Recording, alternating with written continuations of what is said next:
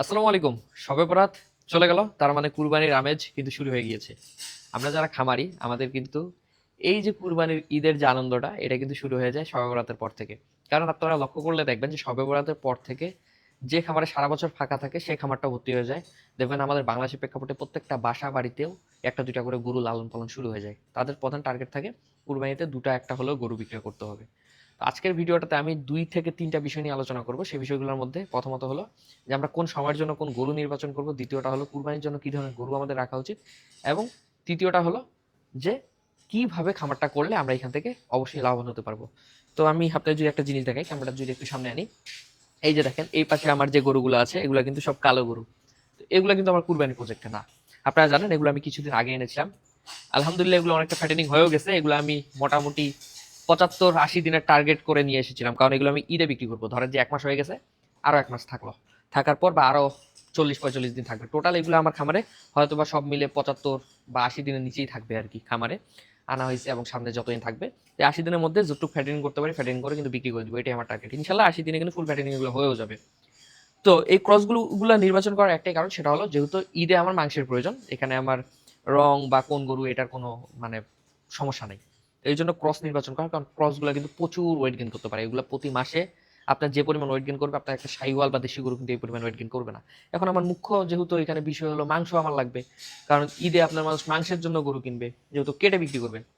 তো এই জন্য কিন্তু ক্রস বা ফ্রিজিয়ান এই গরুগুলো নির্বাচন করা। অন্যদিকে আপনি দেখেন যে আমাদের এই সাইডে কিন্তু সব লাল গরু, এই পাশেও লাল গরু, আমাদের পুরাতন যে খামার ওইখানেও সব লাল গরু।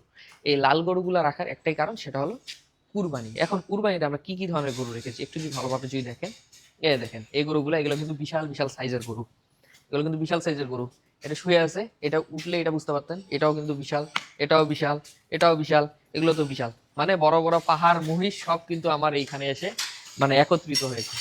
তো আমি যদি আপনার একটা উদাহরণ দিই, আমার এই সিরিয়ালে শুধুমাত্র যে গরুগুলো আছে, আমি যদি কুরবানিতে ইনশাল্লাহ যদি বিক্রি করি, আমি জানি না ভালো পাবো না খারাপ পাবো দাম, তবে যদি খারাপ দামও পাই, যদি মাংসের দামও পাই, তারপরে এই পাশে যে গরুগুলো আছে এগুলা দিয়ে কিন্তু এই যে পুরা যে খামারটা আছে পুরো খামারটা ভর্তি করে ফেলা সম্ভব। কেন বললাম ভর্তি করে ফেলা সম্ভব? দেখেন অনেকে আছে একটা গরু বিক্রি করে, তাদের টার্গেট থাকে কত, ১,২০,০০০-৩০,০০০ টাকা বিক্রি করবে। অন্যদিকে এই গরুগুলো এখনই যদি আমি বিক্রি করি, এখনই ২ লাখ টাকা করে হবে। তো বড় গরু, দামও বেশি, স্বাভাবিক।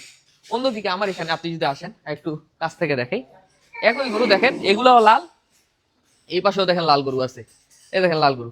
এই গরুর দাম কিন্তু মাত্র ৬০,০০০ টাকা। এটাও লাল গরু, এই যে দেখেন এই গরুর দাম কিন্তু ৮৮,০০০ টাকা। তো আমার এইখানে কিন্তু ৬০,০০০, ৭০,০০০, ৮০,০০০ থেকে শুরু করে ২.৫ লক্ষ টাকা পর্যন্ত কুরবানির গরু কুরবানিতে পাবেন। যদিও কুরবানিতে ৬০,০০০-এর গরু পাবেন না, কারণ এই যে এটা ৬০,০০০ দিয়ে কেনা, এই গরুটা তো ৬০ থাকবে না, এটা কুরবানিতে মনে করেন যে এটাই ১ লক্ষ টাকা হয়ে যাবে। তো এখানে বিভিন্ন সাইজের গরু কেন রাখা, বিভিন্ন সাইজের গরু রাখার পিছনে একটা কারণ আছে। ধরেন এই গরুটা অলরেডি আমাকে ২ লাখ টাকা একজন বলতেছে, কিন্তু আমি এটা বিক্রি করবো না, আমি লট ছাড়া গরু বিক্রি করবো না, যেহেতু কারণ কুরবানিতে টার্গেট আমার কথা হলো লাভ হোক লস হোক, কুরবানিতে একবার লটে বিক্রি করে দিবো।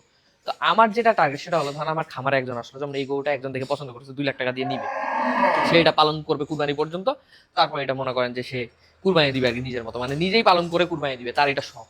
তো এই গরুটা যেমন দেখে ভালো লাগতেছে, তেমন আরেকজন আসলো ধরেন, তার আবার এই গরুটা ভালো লাগবে। তো এরকম কিন্তু প্রত্যেকটা গরু এক একজনকে একটা ভালো লাগবে। তো আমার এখানে বিভিন্ন সাইজের গরু আছে। ধরেন যে অনেক লোক আছে যার বাজেট ২.৫ থেকে ৩ লক্ষ টাকা, সে ধরেন এই ধরনের বড় গরুগুলো কুরবানি দিবে, অথবা এগুলো ঢাকা চট্টগ্রামে অনেক মনে করেন যে বড় বড় গরু বিক্রি হয়, সেখানে পাঠিয়ে দিতে পারবো। অন্যদিকে আমার এখানে ধরেন খামারে একটা লোক আসলো যার বাজেট ধরেন যে ৮০,০০০ টাকা বা ৯০,০০০ টাকা বা সর্বোচ্চ ১ লক্ষ টাকা করতে পারবে, তাকে ধরেন একটা ছোট গরু দিলাম।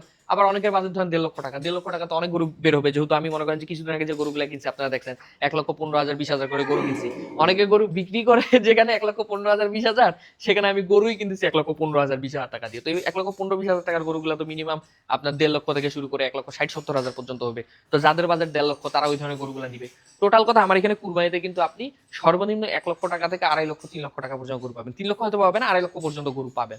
তো এই যে মনে করেন যে একটা যে মানে সুন্দর করে একটা সিরিয়াল মেনটেন করে যে যাবে, ধরেন যে কেউ একটা লোক আসলো যার বাজেট ১ লক্ষ টাকা, আমার খামারে আসলো গরু কিনতে পারতেছে।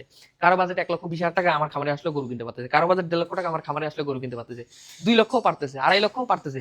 মানে বিভিন্ন ধরনের মানুষ যখনই আমার খামারে আসবে, তাদের যে টার্গেট সে টার্গেট অনুযায়ী গরু কিন্তু পাবে। এর ফলে আমার যে লাভটা হবে সেটা হলো, আমি কিন্তু চাইলে ডিরেক্ট একেবারে আপনার কোনো ব্যাপারই না, মানে ডিরেক্ট মানুষকে গরু দিতে পারবো। তো এই যে কুরবানি যে দেয় এই আশেপাশের মানুষগুলোকে যদি আমরা যদি টার্গেট করতে পারি, তাহলে কিন্তু এখানে আমরা ভালো একটা লাভ করতে পারবো। কেন লাভ করতে পারবো? ধরেন যে এই গরুটা আমার কাছ থেকে ব্যাপারী কিনে নিল 2 লক্ষ টাকা, ও হাটে নিয়ে এই গরুটা 2,20,000 টাকা বিক্রি করবে, এটাই স্বাভাবিক।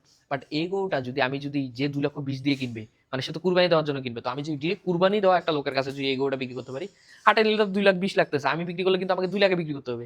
আমি কিন্তু তার কাছে অনায়াসে 2,10,000 বিক্রি করতে পারবো। সে চিন্তা করবে হাটের থেকে 10,000 কমে পেলাম, আবার আমার মাথায় চিন্তা থাকবে যে আমি ব্যাপারীকে যা দিতাম তার থেকে 10,000 বেশি পেলাম, তারও লাভ আমারও লাভ। তো আমরা কিন্তু খামার থেকে অনায়াসে গরুগুলো সেল দিতে পারবো, যখন আমাদের খামারে বিভিন্ন সাইজের গরু থাকবে, বিভিন্ন রেঞ্জের গরু থাকবে। কারণ আমার এখানে যে আসতেছে কাউকে ঘুরে যেতে হচ্ছে না, সে কিন্তু তার ইচ্ছা মতো আসলেই গরুটা পেয়ে যাচ্ছে। তো এই জন্য আমার এখানে কিন্তু বিভিন্ন সাইজের গরু আছে, আপনারাও যদি সরাসরি কারো কাছে বিক্রি করতে চান এই ধরনের বিভিন্ন সাইজের গরুগুলা রাখবেন। যদিও বা আমরা লটে বিক্রি করবো বড় গরুগুলা, কারণ বড় গরুতে আমরা রিক্সে যাবো না। রিক্সে কেন যাবো না? একটা দুটা করে বিক্রি করতে করতে শেষে বিক্রি না হলো তখন কই যাবেন? এর থেকে আমি লটে বিক্রি করে দিব, একেবারে যে নিবে লটে নিবে।